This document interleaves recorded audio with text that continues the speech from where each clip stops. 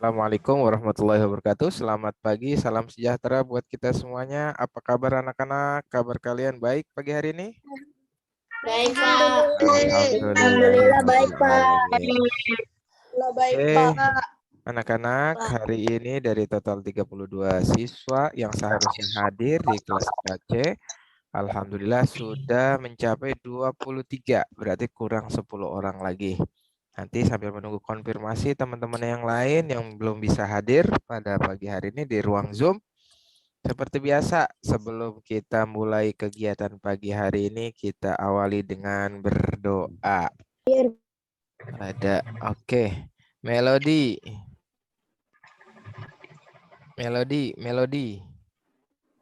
Melodi Remifa, ada enggak? Enggak ada. Di sini di kelas kita sampai yang nge-Zoom pagi hari ini menggunakan laptop, ada? Delano kayak Pak. Delano Ada, pakai Pak. laptop. Nah, Delano sambil ngecek ya nama temennya tuh di partisipan kan ada tuh diklik tuh. Nah, Ya. bantu Bapak ya. Nanti birannya alhamdulillah sudah mencapai 23 orang, berarti kurang 10 orang ya. Nah, oke. Sebelum kita mulai kegiatan pada pagi hari ini, Bapak mau cek dulu siapa yang sudah kirim tugas di grup pagi hari ini. Apa ya tugas hari ini? Ada yang tahu? Ada yang tahu nggak? Biar nggak. Saan. Ya, Faira, apa tugasnya pagi hari ini? Pembiasaan. Pembiasaan. Ya, pembiasaannya apa? Angkut bendera. Terus Bendera membaca kita. dicek sama mamahnya masing-masing.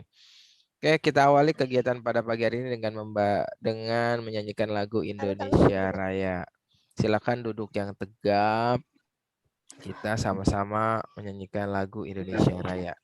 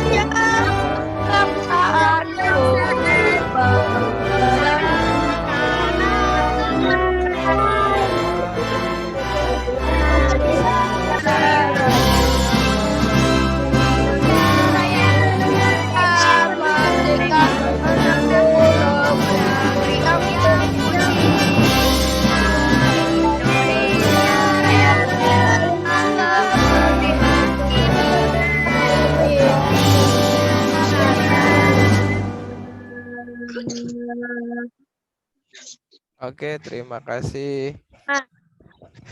Langsung kita mulai kegiatan pembelajaran pada pagi hari ini. Pagi hari ini ada materi yang harus Bapak sampaikan ke kalian. Jadi, ini Mas Setan belum? Sudah. Ya, oke. Tentang pekerjaan di sekitarku. Oke, kita lanjut. Oke. Nah, Aku ingin ini mengetahui. aku ingin mengetahui pekerjaan yang kegiatannya memanfaatkan sumber daya alam sehingga kita bisa menikmatinya, termasuk kelompok profesi apakah pekerjaan mereka. Mari kita pelajari bersama. Oke, anak-anak, Bapak mau tanya, kira-kira ada yang tahu nggak apa sih sumber daya alam itu? Ayo. Petani, Pak. Petani, ada lagi yang lain. Nanam padi, ada lagi yang lain. Apa sih sumber daya alam? Ada yang tahu nggak sumber daya alam? Ayo, ada yang bisa bantu Bapak menjawab? Boleh cari referensi di Google, boleh mencari referensi di buku, bebas. Atau bertanya sama ayah bunda di rumah, boleh. Silakan. Ada yang tahu nggak? Ayo. Apa sumber daya alam? Pak. Ah, gimana? Daya alam. Udah Daya sama. alam yang bisa menghasilkan kekayaan alam hidup berupa perkebunan dan pertanian. Widya, tadi ada Widya dan Regina yang Alat. Iya, Pak. dari alam. Oke, iya dari pohon kayu. Oke, nah, oke. Sekarang Bapak mau tanya. Tadi kata Rere yang dapat digunakan oleh manusia atau bisa bermanfaat buat kehidupan manusia. Kira-kira itu bisa bermanfaat nggak buat manusia? Bisa, Pak. Apa manfaatnya buat manusia? Buat menulis. Menulis. Apalagi? Mewarnai, Pak. Mewarnai. Apalagi? Menggambar, Pak. Oke, banyak sekali kan manfaatnya? Iya, Pak. Oke. Kalau banyak seperti itu, Bapak tanya kira-kira itu dibuatnya dari apa? Kayu. Kayu. Pak. Kayu. Kayu. Oke, kalau kayu itu umum, kira-kira sebelum dari kayu itu bentuknya, waktu masih hidup itu dia bentuknya apa tuh pensil? Apa? Pohon. Pohon. Oke. Bapak mau tunjukin nih. Ntar ya. Sebentar lagi nanti Bapak mau tunjukin video pembuatan pensil seperti apa. Sambil kita sama-sama cari di YouTube nanti. Oke. Sebelum kita pengen melihat bagaimana proses pembuatan pensil, kita lanjut dulu. Oke. Bentar. Halaman berapa, Pak? Ya, bentar dulu. Nah, pernahkah kamu berpikir bagaimana para pekerja pembuat pensil? Pensil awalnya adalah sebuah alat tulis dan lukis atau dibalut dibungkus ya sama kertas atau kayu. Cara membuat pensil saat ini adalah dengan menghancurkan grafit dan tanah liat menjadi bentuk bubuk. Jadi grafit itu yang hitam-hitam itu dicampur jadi bubuk, dicampur sama tanah liat. Kemudian dibakar selama kurang lebih dari 3 hari. Jadi dibakar ya. Nah, sampai hitam gitu makanya kayak arang. Setelah itu pensil ini bentuk panjang dan tipis serta dibungkus kayu. Lanjut. Kayu yang telah ditebang untuk pembuatan pensil berasal dari pohon. Ingat, nih. Tadi Bapak bilang, kayu yang telah ditebang untuk pembuatan pensil berasal dari pohon. Jadi semakin kalian boros sama pensil, semakin kalian sering ngeraut, tahu ngeraut? Pensilnya dibikin lancip gitu. Terus hilang, pensilnya nggak tahu kemana, minta lagi sama mama, minta lagi sama ayah, minta dibeliin tiap hari, tiap minggu beliin pensil terus sampai capek mamanya. Berarti kamu sudah banyak Boros.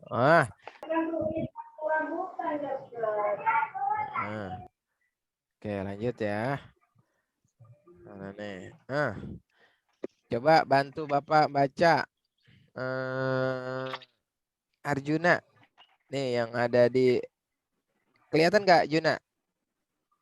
Jun. Arjuna, kelihatan nggak bacaannya? Mana Arjuna? Ayo coba baca. Jangan saya, Pak. Nah, kenapa? Pekerjaan sangat beragam, banyak diantaranya yang memanfaatkan sumber daya alam di Indonesia. Sumber daya alam merupakan kekayaan alam yang diciptakan oleh Tuhan untuk kesejahteraan manusia. Oke, jadi barang-barang yang kita butuhkan merupakan hasil dari satu pekerjaan. Jadi semuanya itu seperti kalian mengkonsumsi nasi, benar nggak? Nah, itu pasti kalau nasi itu terbuatnya dari apa? Coba, ada yang tahu nggak? Padi. Nah, beras kan? Beras itu dari padi. Padi itu kan ditanam. Siapa yang nanam padi? Coba. Petani. Oke, ternyata makanan yang kita makan pun adalah sumber daya alam yang dapat diperbarui yang dihasilkan oleh petani. Ya. Oke. Terus apa lagi ya? Ada yang di sini suka makan ayam goreng? Suka. Siapa yang suka makan ayam goreng? Nah, sebelum kalian beli fried chicken di abang-abang atau di McD atau di KFC, itu kira-kira sebelumnya bentuknya gimana tuh ayamnya? Ada yang tahu nggak? Bentuknya pertamanya sebelum digoreng ayam pakai tepung. Iya, ayam pakai tepung, iya. Sebelum ditepungin apa tuh bentuknya? Ayam masih hidup kan? Iya. Enggak, masih berkokok, kadang-kadang kokoroyok. Terus dipotong, dibersihkan. Nah, sebelum ayamnya dipotong, ayamnya diapain dulu? Dipelihara kan sama gereja, terus digoreng. Nah, habis gitu kita bisa makan ayam goreng lagi enggak? Enggak bisa. Kalau kita nggak nernak lagi atau kita nggak peternak lagi, maka kita nggak bisa makan ayam goreng lagi. Pak kan terus bisa Pak beli di pasar. Nah, kalau di pasar, kalau seandainya di pasarnya umpamanya nggak ada yang mau nernak lagi, pasti susah. Nah, maka kita pun harus menghargai para peternak yang sudah berternak ayam. Karena dengan mereka beternak ayam, kita bisa menikmati ayam goreng, ayam sayur, wah macam-macam ayam tepung. Nah, ini adalah salah satu sumber daya alam. Terus sama seperti tadi pensil, juga hasil dari para petani pohon. Nah, terus nelayan. Ada di sini yang suka makan ikan? Saya Pak. Nah, atau ada yang suka makan, ada yang sering suka makan siput. Ayo. Saya Pak. Ayo, makan udang. Makan cumi. Saya Pak. Makan kepiting, saus padang umpamanya. Nah, kira-kira makanan makan makanan itu kalau kita makan terus kita nggak bertani lagi, kira-kira akan habis nggak? Atau kita nggak beternak lagi? Pasti akan habis. Ada nggak di sini yang beternak lele atau beternak ikan yang bisa dikonsumsi atau ikan mas, ikan gurame? Ada? Nggak ada ya.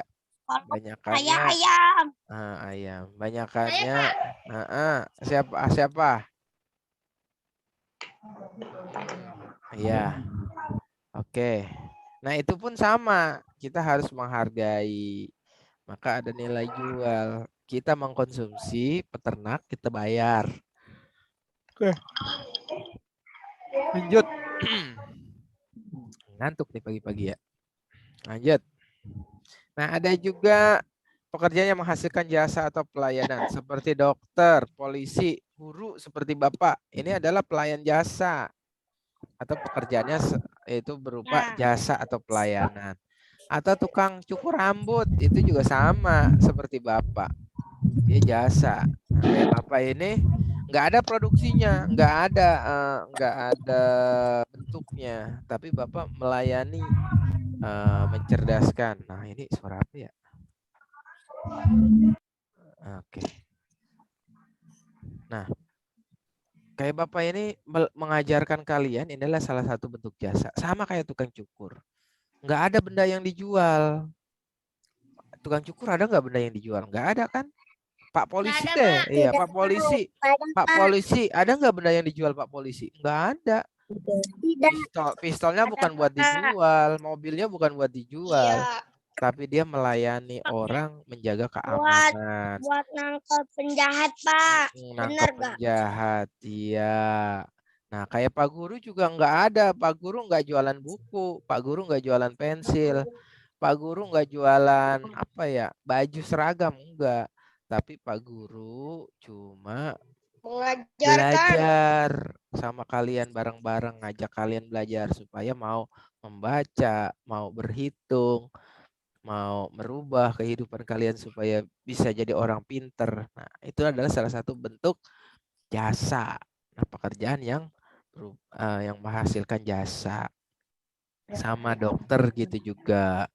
Nah, ini adalah contoh yang jasa. Jadi ada pekerjaan itu yang menghasilkan produk, produk itu menghasilkan benda, ada juga pekerjaan yang tidak menghasilkan benda, itu berupa jasa.